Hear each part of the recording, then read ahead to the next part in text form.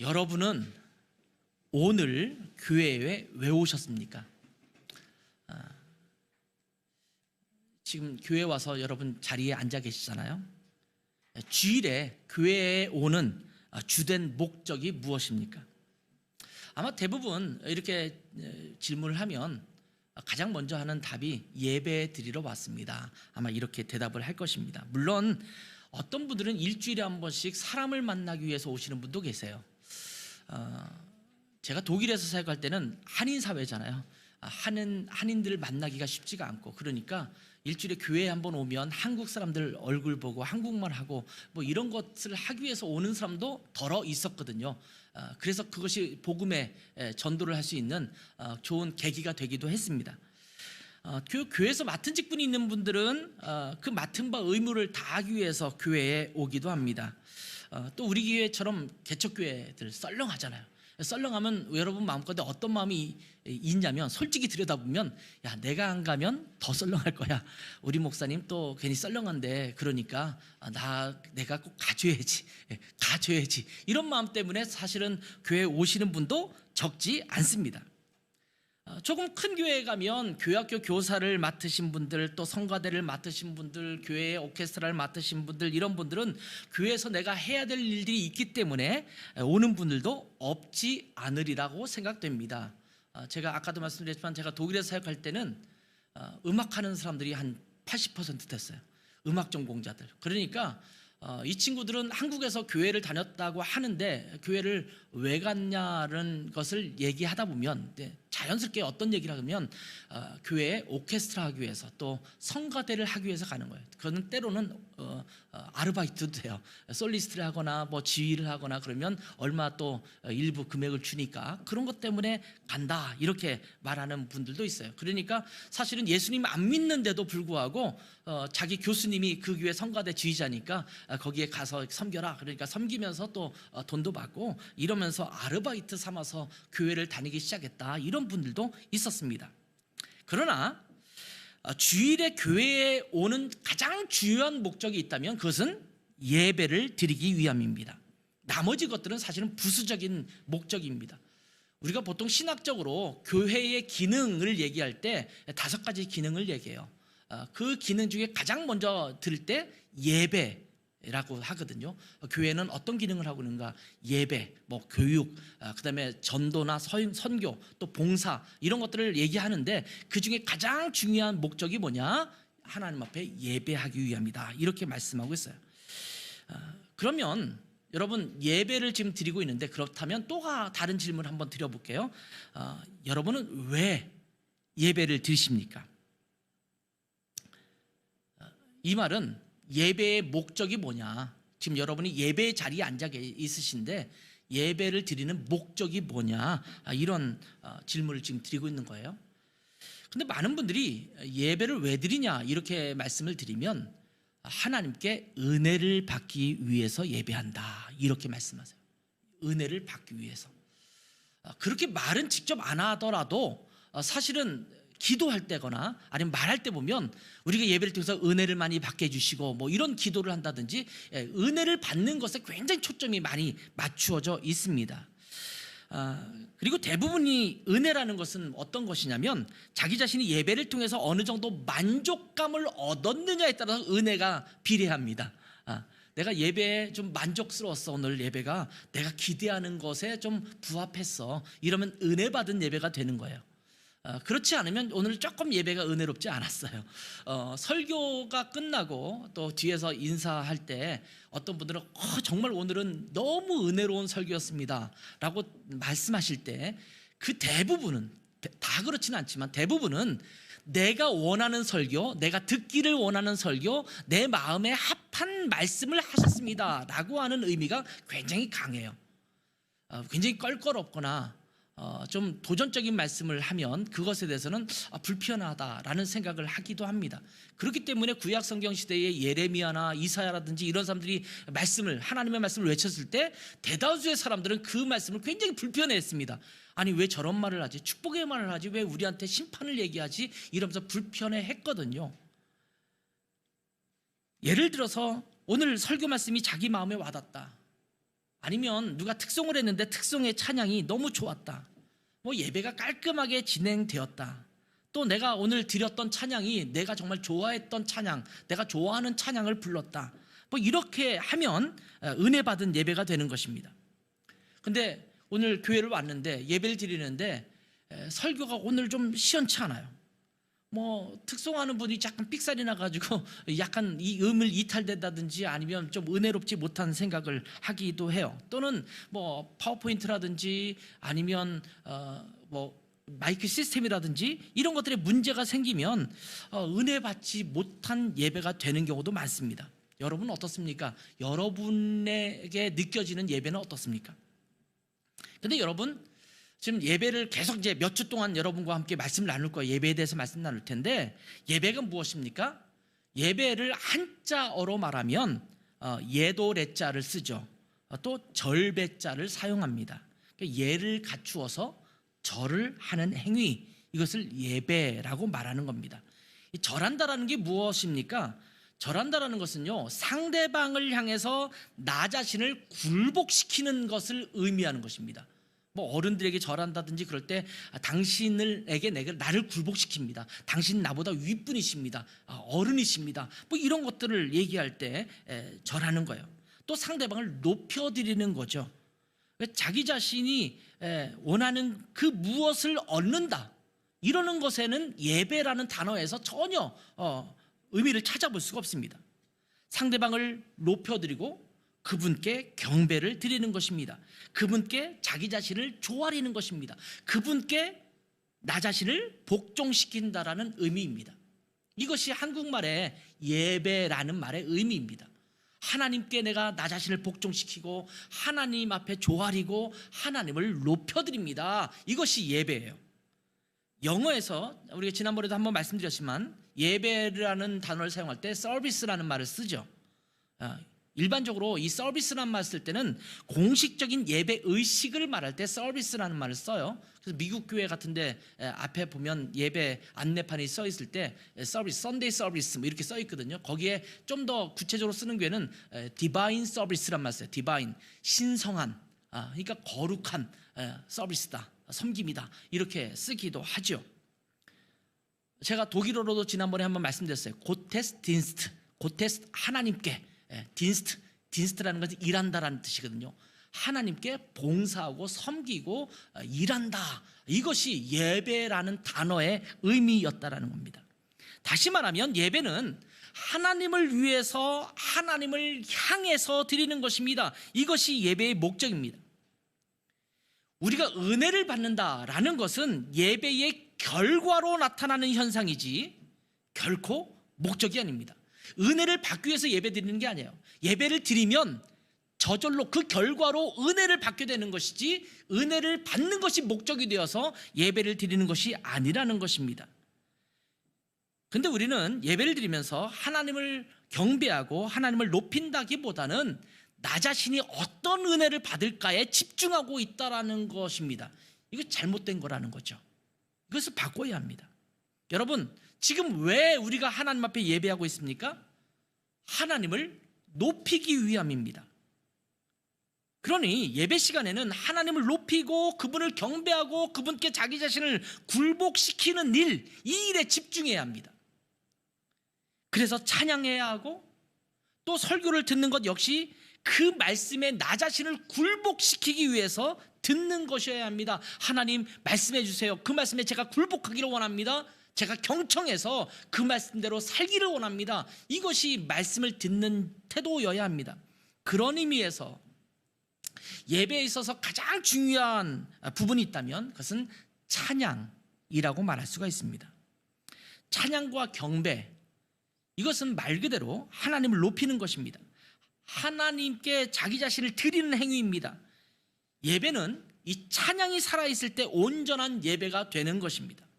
말씀을 증거할 때는 집중해서 어떤 말씀을 들을까, 내가 어떤 말씀에 은혜를 받을까에 집중하면서 하나님 앞에 찬양하는 데서는 건성건성 아마 찬양하고 있다면 그것은 잘못된 태도라는 말입니다. 요즘 찬양과 경배라는 말이 많이 사용되고 있죠. 요즘이라는 표현을 쓰기도 이제는 민망해요. 요즘은 아닙니다. 벌써 수십 년 전부터 많이 사용되기 시작했어요. 찬양은 그분의 이름을 높이는 겁니다. 찬양과 경배할 때 찬양은 그분의 이름을 높이는 거예요. 그리고 경배는 하나님 앞에 자기 자신을 엎드리는 것입니다. 따지고 보면 이 두 단어는 거의 같은 맥락에 의해서 사용되고 있는 것이지만 굳이 구별해서 설명한다면 찬양은 하나님을 향하여 말로든 노래로든 글로든 어떤 행위로든 하나님의 위대하심을, 하나님의 이름을, 하나님의 행하신 일을, 또 하나님의 존귀하심을 표현하는 것입니다. 이것이 찬양이에요. 예를 들어서 오늘 아침에 저를 만나는데 어떤 분이 와, 오늘 목사님 너무나 멋있어 보여요. 이건 뭐예요? 찬양한 거예요. 찬양. 저를 좀 찬양한 거예요. 목사님이 엊그저께 쓴 글을 보니까 글을 쓴 거 보니까 내가 너무너무 감동받았어요. 어떻게 목사님은 그렇게 글을 잘 쓰세요? 이게 뭘까요? 우리가 보통 칭찬이라는 말을 쓰는데 이것이 좀 높은 대상으로 말한다면 사실은 찬양이에요. 우리가 옛날에, 지금 좀 덜한데 제가 학교 다니는 시절에는 그 김일성을 찬양 고무한 죄로 끌려가는 사람들이 좀 있었거든요. 찬양했다는, 김일성을 찬양했다라는 것이 뭐 김일성 찬가를 부르고 노래를 불렀다라는 말이 아니잖아요. 그 위대한 수령동지다고 얘기하면 위대한 수령동지라는 것이 찬양한 거예요. 그러니까 우리가 말로도 주님을 찬양할 수 있어요. 그러니까 하나님을 찬양합시다라고 말할 때 꼭 찬송가나 노래를 불러야지만 찬양이 아니에요. 하나님을 높여드리는 겁니다. 하나님은 위대하십니다. 그분은 존귀하십니다. 만물의 창조자이시며 나의 주관자이십니다. 하나님은 높임을 받기에 합당하신 분이십니다. 이렇게 얘기할 때 하나님은 찬양을 받으시는 거예요. 그러니까 주변 사람들에게도 말할 수 있어요. 내가 믿는 하나님은 이 세상을 만드신 만물의 창조주이시고 세상의 주관자이시고 그 무엇보다 가장 크신 분이셔. 이렇게 말하면 사람들 앞에 지금 하나님을 찬양하고 있는 거죠. 이게 찬양입니다.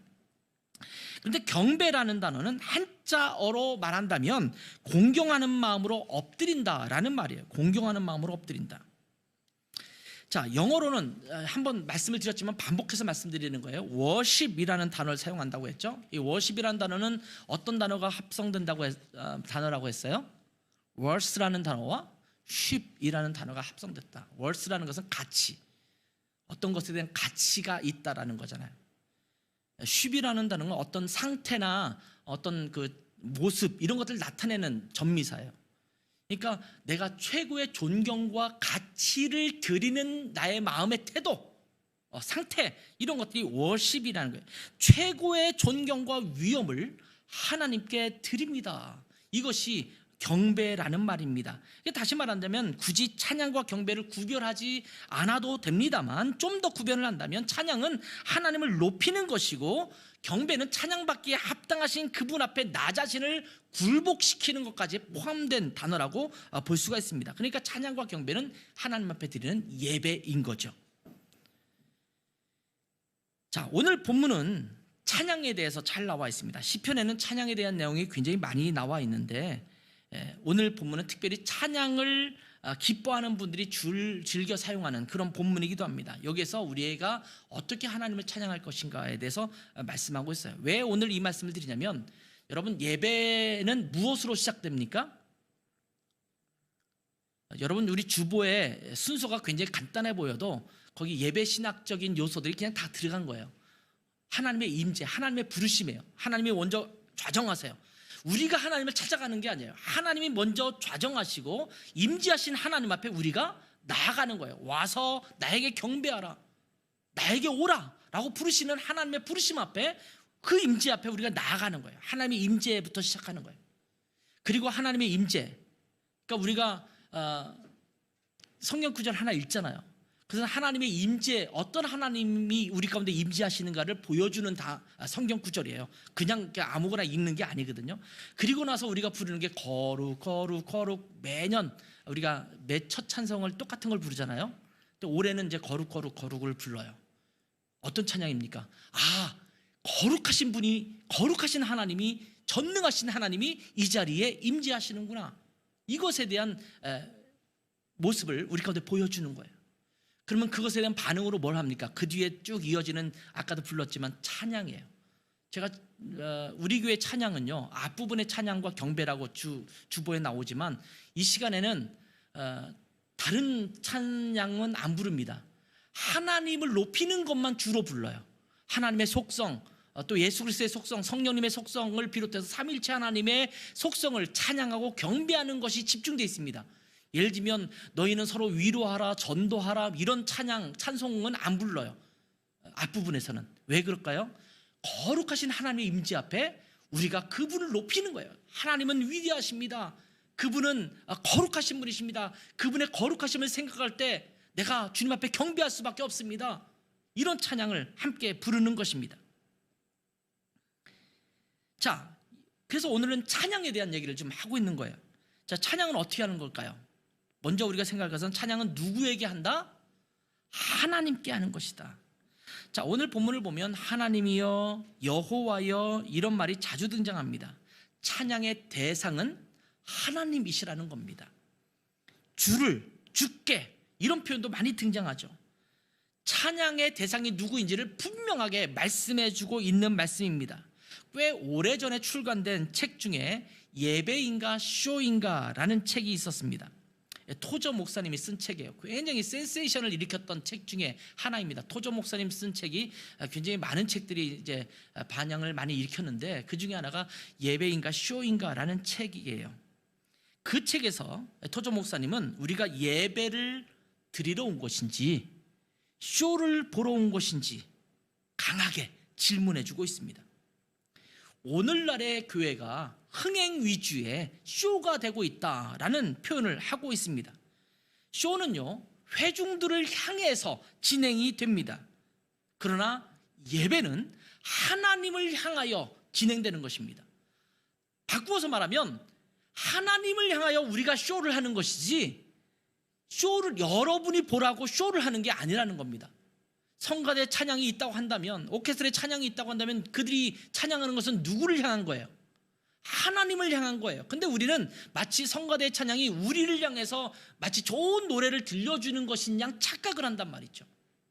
물론 성가대가 부르는 찬양은 찬양일 수도 있고요, 메시지일 수도 있어요. 그러니까 메시지일 경우는 우리를 향해서 주시는 하나님의, 성가대를 통해서 들려주시는 하나님의 메시지예요.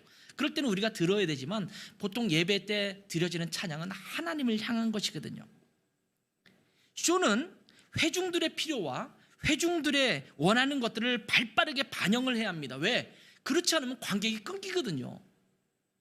텔레비전을 보다가도 조금만 재미없으면 채널을 돌리는 우리 아닙니까? 그러니까 쇼는요, 회중들이 무엇을 원하는가 눈빛을 보고 졸리고 있네, 그럼 빨리 프로그램을 바꿔서 저 사람들이 졸지 않도록 해야지 라고 하면서 회중에게 끊임없이 맞추고 반영해야 되는 것이 쇼입니다.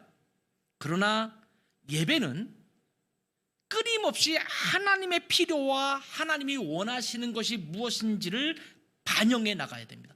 우리의 임재하시고 우리의 찬양을 받으시는 하나님이 지금 우리에게 무엇을 원하시는가, 어떤 찬양을 원하시는가, 어떤 태도를 원하시는가, 이것을 보고 하나님 앞에 민감하게 반응해야 되는 것이 예배입니다. 그러니까 쇼와 예배는요, 완전히 대상이 다르다는 말씀을 하고 있는 것입니다.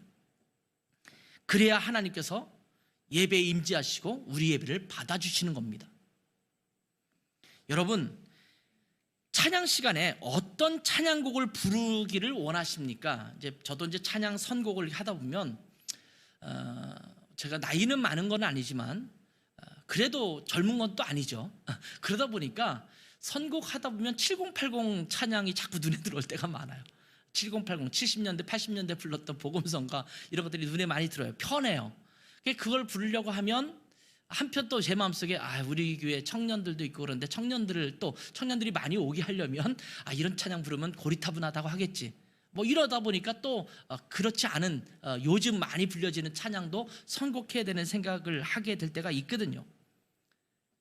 근데 우리가 선곡을 할 때 하나님을 염두에 두고 선곡을 해야 되는데 마치 우리가 뭘 더 좋아하는가를 생각하고 선곡을 한다면 뭔가 핀트가 지금 잘못 나간 것이 아닐까요? 어떤 형태의 찬양곡이 불려져야 되는가? 요즘 찬양곡은요 좀 쉽지가 않아요. 제가 기타 하나만 반주를 하고 있고 우리 하연이가 피아노 반주도 하고 있지만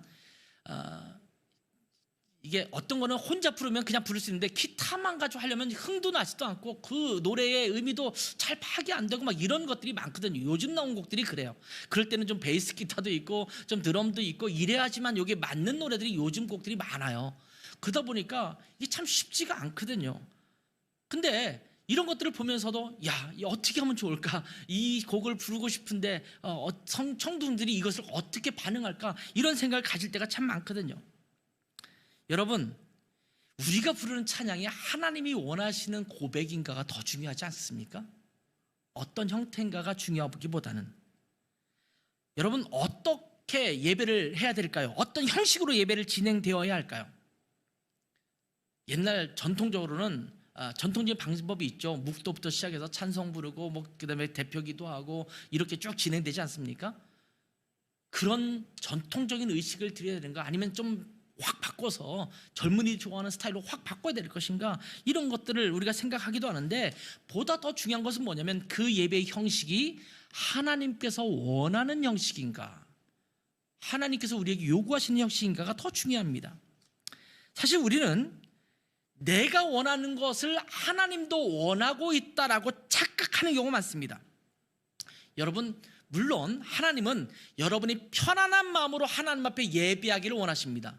그렇잖아요. 예를 들면 내가 익숙하지 않은 찬양을 막 불러요. 그러면 내가 그 익숙하지 않은 곡을 따라하느라고 그 가사도 묵상하지도 못하고 그냥 거기에 급급할 때가 있잖아요.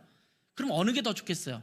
내가 좀 익숙하고 내가 편안해서 내가 부르면 하나님 앞에 영광을 돌릴 수 있는 그런 마음이 더 생겨나는 찬양이 더 좋겠죠.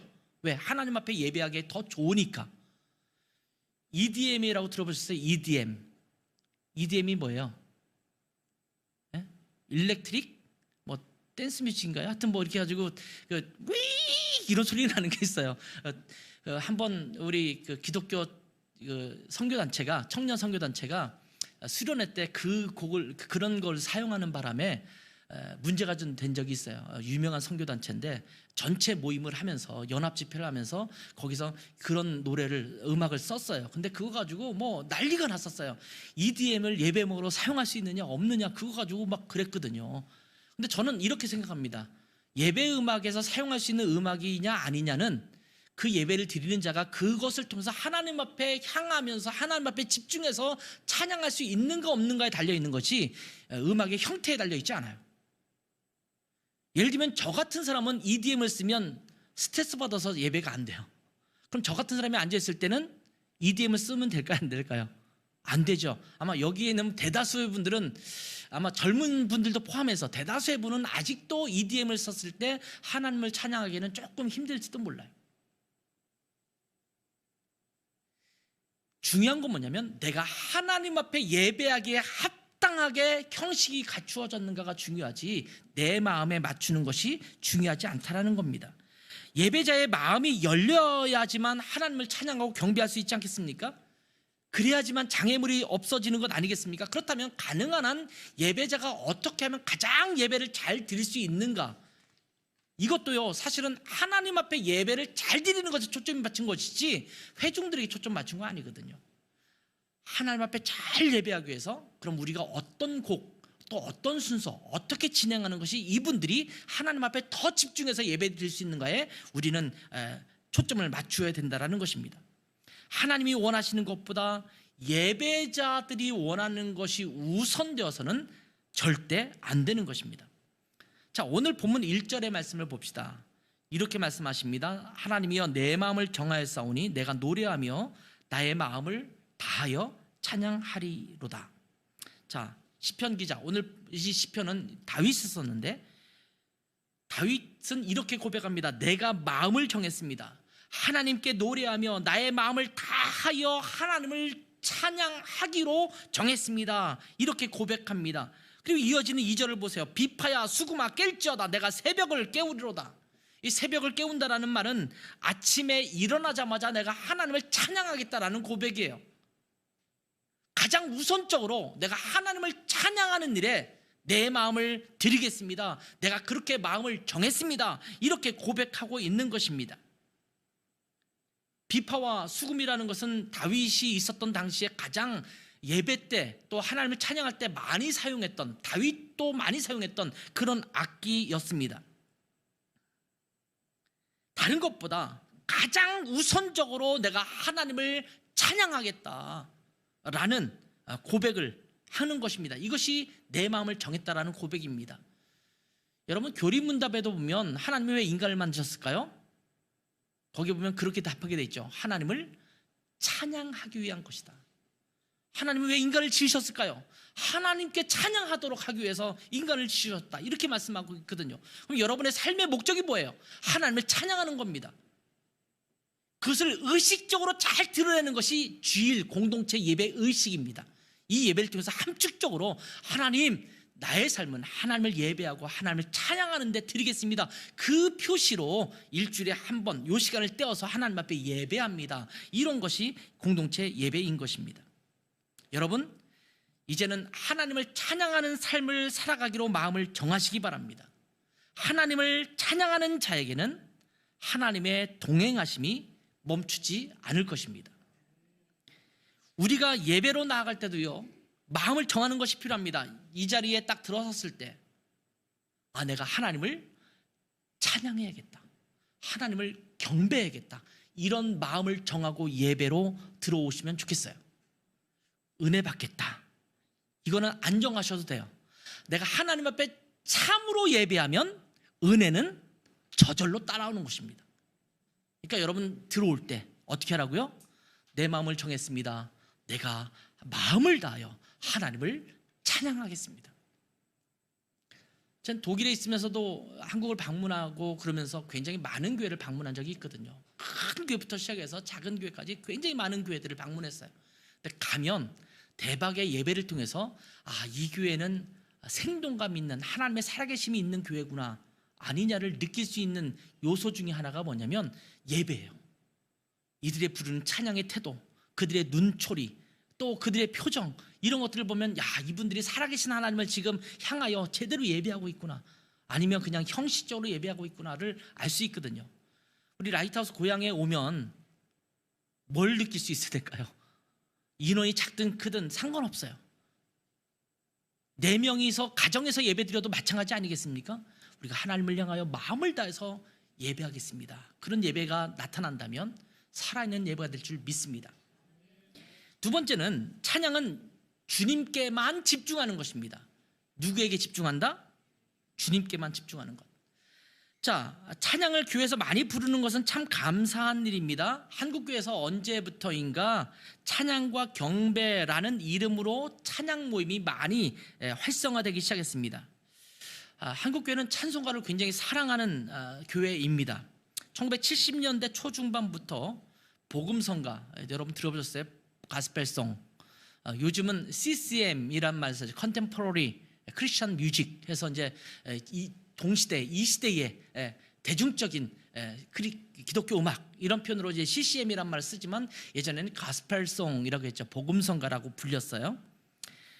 1980년대 중반 이후에 본격적인 찬양 모임들이 생겨나기 시작했어요. 예수전도에서 화요 찬양 모임이 있었고, 온누리교회에서 나온 이제 두란노에서 경배와 찬양이라는 것이 80년대 후반, 중반 정도에부터 시작되기 시작했어요.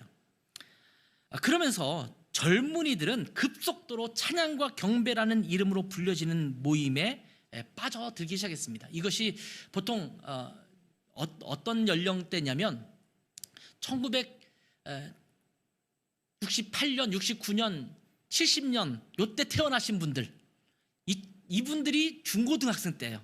저는 그 당시 이제 전도사였거든요. 전도사고 목사였을 텐데, 제가 가르쳤던 중고등학생이 이제 보통 68, 69, 70, 71년생들 이렇게 였었는데, 그 친구들이 대거 그 모교회들로 빠져나갔어요. 저희 교회에서도 많이 빠져나갔어요.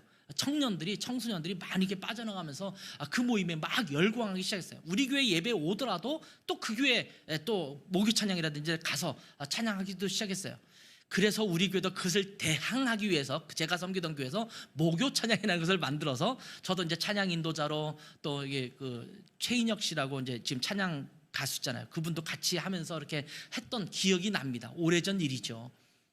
아무튼 그렇게 시작됐는데, 참 재밌는 일이 벌어졌어요. 어떤 일이냐면 찬양과 경배에 열광했던 이 사람들이 교회에 와서 예를 들면 청소년부나 청년부나 교회에서 예배 드릴 때 주로 찬송가를 부르잖아요. 그 당시는 청소년부도 앞부분에 이게 뭐 찬양과 경배를 있었지만 짤막하게 하고 중간 예배에는 전부 찬송가를 불렀거든요.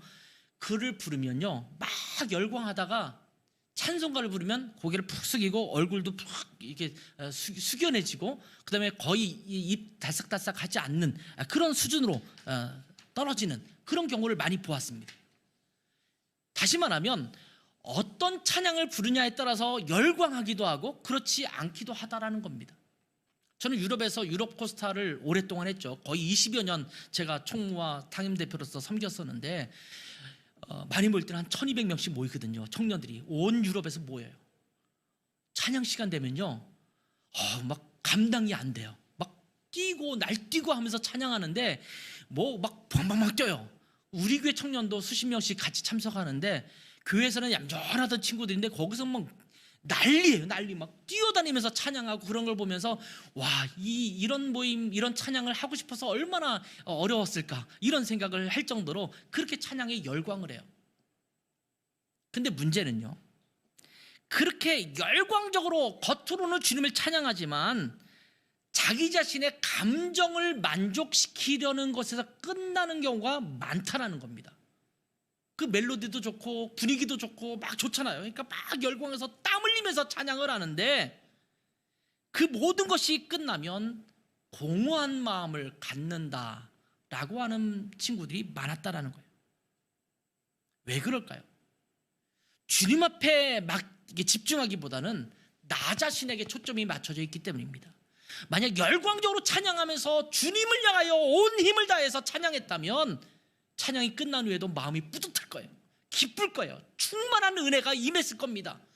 그런데 내 자신에게 맞춰진 나의 욕심과 또 내 감정에 고조된 것에 맞춰져 있다 보니까 열심히 찬양을 했는데 그리고 나서는 또 공허한 거예요. 썰렁한 거예요. 지금 여러분은 예배 드리면서 누구에게 초점을 맞추고 있습니까? 여전히 은혜 받으려는 나에게 초점이 맞추어져 있지는 않습니까? 내가 아니라 하나님께 집중해야 합니다. 오늘 본문에 보면 3절에 보면 이렇게 말하죠. 만민 중에서 주께 감사하고 문나라 중에서 주를 찬양하오리니. 만민, 문나라 굉장히 넓죠. 월드와이드죠. 그런데 그곳에서 이 다윗은 누구에게 집중하냐면 그 많은 것들이 있어도 하나님께 집중하고 있습니다. 내가 만민이 있지만 문나라가 있지만 내가 하나님께 감사하고 하나님을 찬양합니다. 이렇게 고백하고 있어요. 우리 모든 예배자들이 드리는 시선은 주님께만 집중되어야 합니다. 하나님은 우리가 하나님만 바라보기를 원하십니다. 다른 데 신경 써서는 안 된다라는 겁니다. 오로지 하나님만을 향해야 합니다. 그럴 때 하나님은 찬양 가운데 임재하시는 거예요. 예배가 예배되려면 하나님의 임재가 있어야 돼요. 하나님의 임재 없이 어떻게 예배가 되겠습니까? 그분이 안 계시는데, 높일 분이 안 계시는데, 받으실 분이 안 계시는데 어떻게 예배가 되겠어요? 근데 하나님은 어디에 임재하신다고요? 찬양 속에 임재하십니다. 여러분 시편 22편 3절을 한번 같이 읽겠습니다. 시편 22편 3절 같이 읽습니다. 시작. 이스라엘의 찬송 중에 계시는 주여 주는 거룩하시니이다. 여기 보면 하나님이 어디 계시냐면 찬송 중에 계신다 이렇게 말씀하세요. 하나님은 찬양 속에 함께 하십니다. 그리고 우리를 만나 주십니다. 우리가 하나님을 찬양할 때 주님의 임재를 깊이 경험할 수 있습니다. 그래서 예배를 통해서 찬양과 경배를 통해서 하나님을 만나게 되는 것입니다. 여러분 어떤 음악회나 쇼에 가면 그 무대에 나온 가수나 연예인들을 보고 열광할 수 있습니다. 저는 이렇게 대중가수들이 하는 어떤 프로그램이나 쇼 프로그램 음악회는 가보지는 않은 것 같아요. 클래식에는 여러 번 이제 가보긴 했었지만 그런 모임에 가면 열광하잖아요. 막 그거 보고 난리죠. 말씀드렸지만 예전에 한번 말씀드렸지만 저는 월드컵은 구경하러 간 적이 있거든요. 독일에서 월드컵이 열렸을 때 라이프치히에서 열리는 경기장에서 열리는 한국과 프랑스 경기전을 한번 제가 직접 가서 봤어요. 1등석에 앉아서 딱 저희 아이들과 함께 가서 보았어요. 제가 살던 도시에서 가깝기 때문에 봤고 U19인가요? 그 폴란드에서 열리는데 제 아들과 또 차 몰고 가서 한번 구경한 적이 있어요. 그때 준우승했거든요, 우리나라가. 그 땅 이강인이 그때 MVP인가 탔고 그랬어요. 아무튼 그런 경기장을 가보면요, 뭐 제가 막 축구의 광팬이 아닌데 가슴이 벌렁벌렁거려요. 그 분위기가 고조되는 거예요. 이런 맛에 경기장을 오는구나, 이런 느낌을 가질 정도예요. 막 열광합니다. 내가 직접 그 축구 스타들을 보는 거잖아요. 박지성도 있고 막 뛰고 있는 걸 봤어요. 그런 것들을 보고 박지성이 골 넣는 것도 보고 막 이러면서 열광을 하죠. 그런데 열광할 뿐이지 경기가 끝나면, 음악회가 끝나면 그것으로 그냥 파장 아닙니까? 집으로 돌아가야 되는 거예요. 썰렁해지는 거예요. 연예인을 사모하고 밤낮으로 사진을 모으고 연예인의 일거수일투족을 다 살펴본다 하더라도 직접 그 연예인을 만나거나 아니면 대화를 나누거나 친밀한 교제를 나누는 것은 거의 하지 못합니다. 그저 팬으로서 열광하는 것입니다. 연예인은 일대 다수로 관객을 만나고 팬은 일방적으로 환호하는 것입니다. 감정적으로도 무한하게 고조됩니다. 정말 말 그대로 열광합니다. 그래서 그 연주가 끝나면 공허해지는 거예요. 왜? 진정한 만남은 없는 거예요. 우리 찬양 가사 중에서 찬양의 열기 모두 끝나면 이런 가사가 있죠. 거기도 보면 똑같은 것을 지금 고백하고 있는 거예요. 찬양의 열기가 다 끝나면 그 온갖 신디사이즈부터 시작해서 악기 팀들이, 찬양 팀들이 그 잘 맞추어서 찬양을 하면 그렇게 열광하다가 그것이 다 끝나면 공허해지는 내 마음이 돼서는 안 되는 거죠. 우리 주님은요, 우리가 찬양할 때 우리 가운데 임재하신다고 말씀하십니다. 찬양하는 우리와 함께 하시겠다고 말씀하십니다. 그리고 우리 가운데 임재하시는 하나님은 우리를 친밀하게 만나주시고 은혜를 베풀어 주십니다. 만날 수 없는 슈퍼스타를 열광하는, 팬으로서 열광하는 그것이 아니라 내가 하나님 앞에 찬양하고 경배하면 그분은 우리 가운데 깊이 찾아오셔서 우리를 만져주시고 우리를 다듬어 주시고 우리를 보듬어 주시는 주님의 은혜가 내게 임하는 것입니다. 찬양 가운데 임하시는 주님은 그런 하나님이십니다. 우리가 대중가수를 열광하듯이 찬양할 때 그렇게 할 경우가 있어요. 하나님은 단지 자신이 찬양하면서 만족하기 위한 수단에 불과할 때가 많습니다. 그래서 혼자 열광하고 예배가 끝나면 가수들이 공연이 끝나고 쓸쓸해지게 돌아가는 것처럼 그 다음 공연을 기대하듯이 그 다음 예배를 기대합니다. 우리 교회는 좀 낯선 말이에요, 이 표현은요. 왜냐하면 시스템이 안 갖춰져 있으니까. 근데 시스템이 잘 갖춰진 교회는요, 매주 그 예배를 사모해요. 왜? 거기 가야 열광할 수 있거든요. 그 찬양에 막 녹아 떨어질 수 있거든요. 근데 진정한 하나님과의 만남이 아니라 그냥 그 분위기에 열광하는 거예요. 그런 의미에서 여러분은요, 진정한 찬양 드릴 수 있는 기회가 있는 교회에 다니고 있는 거예요. 그런 의미에서는 뭐 우리 교회도 이제 성장하고 하면은 찬양팀이 생기겠죠. 왜냐하면 그렇게 해야지 좀 더 하나님 앞에 집중할 수, 잘 할 수 있는 그런 시스템이 생길 수 있다고 저는 생각하기 때문에 나쁘지 않아요. 그러나 지금 있는 상황에서 하나님을 깊이 만날 수 있는 그런 예배를 우리가 드릴 수 있을 것입니다. 진정한 예배는 예배 중에 온 마음으로 찬양하면서 하나님을 만나는 것입니다. 그리고 그 주님과 더불어 삶으로 나아가는 것입니다. 그래서 진정으로 찬양과 더불어 예배를 드리면 예배를 마치면서 주님과 함께 삶으로 동행하며 나아가게 되는 것입니다. 이것이 진정한 예배입니다. 오늘 본문 4절과 5절을 보면 다윗의 찬양이 최고조에 이르는 것을 보게 됩니다. 주의 인자하심이 하늘보다 높으시며 주의 진실은 궁창에까지 이르나이다. 하나님이여, 주는 하늘 위에 높이 들리시며 주의 영광이 온 땅에 높임 받으시기를 원하나이다. 자, 인간이 생각할 수 있는 가장 높은 곳은 하늘이죠. 하늘 끝이 어딘지를 아무도 몰라요. 여기 궁창이라고 표현했는데 온 우주 끝, 그것을 다 표현하고 있는 거예요. 주님을 높이되 하늘 높이 온 땅에서 가장 높임 받으실 수 있는 하나님의 영광에 집중하고 있는 것을 보게 됩니다. 예배 때마다 이렇게 우리가 주님을 높일 때 우리 예배 속에서 하나님이 임재하시고 하나님의 나라가 임재하는 것입니다. 우리 교회 찬양 시간은요 비교적 조촐합니다. 여러 악기가 있는 것도 아니고 찬양팀이 있는 것도 아닙니다. 제가 근 20여 년 넘게 기타를 거의 손을 안 댔어요. 왜냐하면 제가 독일에 사역할 때는 훌륭한 찬양팀이 있었거든요. 다들 알아서 했어요. 제가 기타를 손에 잡을 일이 거의 없었어요. 어쩌다 한번 길거리 찬양 전도 갔는데 기타 칠 사람이 없을 경우에 제가 한번 길거리에서 이렇게 몇 번 전도할 때 치거나 그러지 거의 안 쳤어요. 그러니까 저의 손도 굉장히 부드러워졌었어요. 근데 제가 이제 개척을 하면서부터 기타를 다시 잡기 시작했는데 처음에는 쉽지가 않더라고요. 잘 안 맞고 한국에 와서 다시 기타를 샀는데 이게 처음에 이제 기타마다 적응하는 기간이 좀 있거든요. 지금도 아직은 완전히 적응이 안 된 것 같아요. 그러니까 힘들어요. 막 손이 뻣뻣하고 그래서 힘들어요. 그러니 찬양 시간이 뭐 얼마나 좋을 수 있겠어요. 그러니까 서툴다는 말이에요. 조촐하죠. 성도들이 많으면 그나마 괜찮아요. 왜냐하면 그냥 성도들이 부르는 찬양이 묻히니까.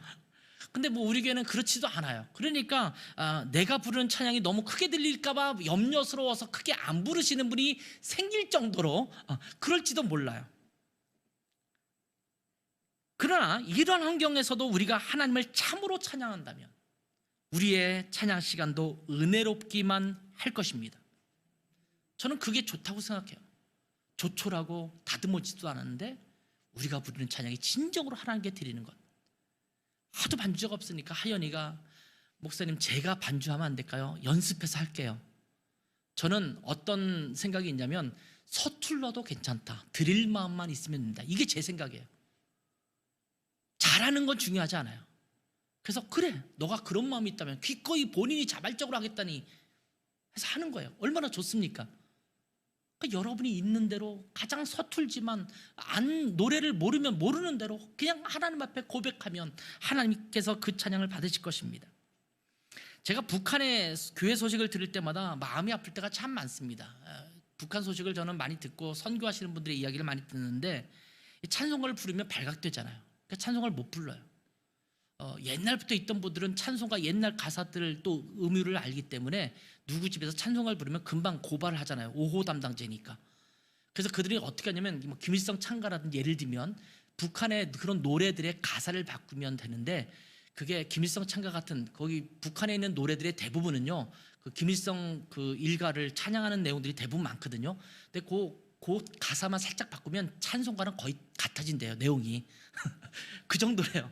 그러니까 거기 김일성만 그 주님으로 바꾸면 돼요. 그러니까 그렇게 가사를 살짝 바꿔서 조용하게 부른답니다. 그러면 다른 사람이 볼 때는 저 집은 당성이 충성스러운 그런 집인 거죠.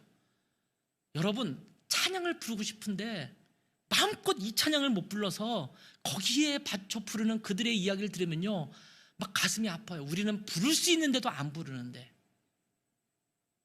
제가 중국교회 얘기도 종종 하잖아요. 중국교회 한 150명, 200명 모이는 예배를 갔었는데 그들은 뭐 기타도 제대로 없습니다. 풍금 같은 거 갖다 놓고 하는데요 잘 안 맞아요. 반주자가 훈련된 반주자가 별로 없으니까.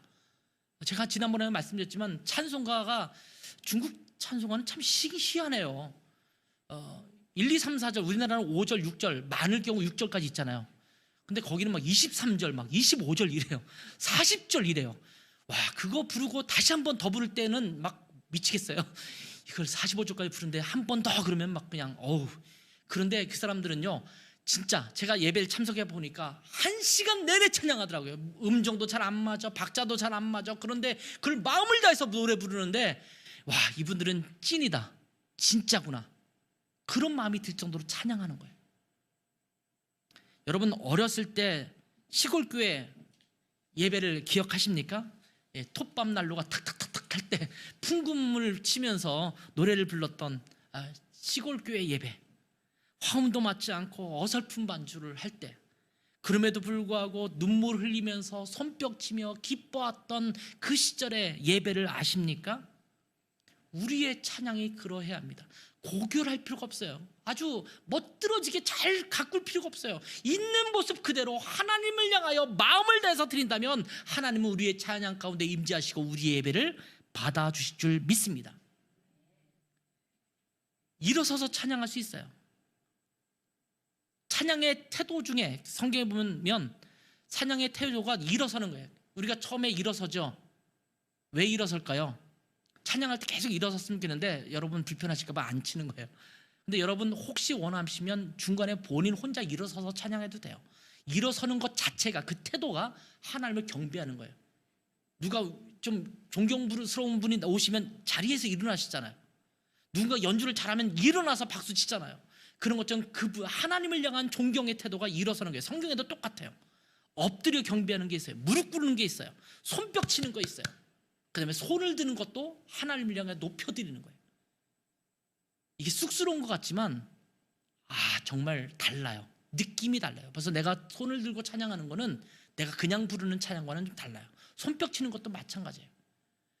인원수가 작으니까 손뼉도 뭐 그렇게 우렁차게 안 나오더라도 괜찮아요. 내가 할 수 있는 것 주님 앞에 찬양하고 경배하는 그런 예배를 통해서 하나님 앞에 더욱 마음이 열려지고 하나님의 임재를 더 깊이 누리게 되는 우리 라이트하우스 고향의 예배가 되기를, 여러분 개인의 삶의 예배가 되기를 주님의 이름으로 축복합니다. 기도하겠습니다. 하나님 아버지, 우리의 예배가 더 깊어지기를 원합니다. 우리의 마음에 또 우리 자신의 감정에 초점을 맞추기보다는 하나님께 집중하여 예배하기를 원합니다. 하나님을 찬양하고 경배하기에 마음을 다하기를 원합니다. 이제 우리가 주님 앞에 마음을 정했습니다. 마음을 다하여 하나님 앞에 찬양하기로 마음을 정했습니다. 이렇게 시편 기자가 고백했듯이 우리가 마음을 다하여 하나님을 찬양하는 자로 서겠습니다 라고 고백하며 매 예배 때마다 찬양을 부를 때마다 그런 고백으로 하나님 앞에 찬양하는 우리 모두가 될 수 있도록 축복하여 주시옵소서. 예수님의 이름으로 기도했습니다. 아멘.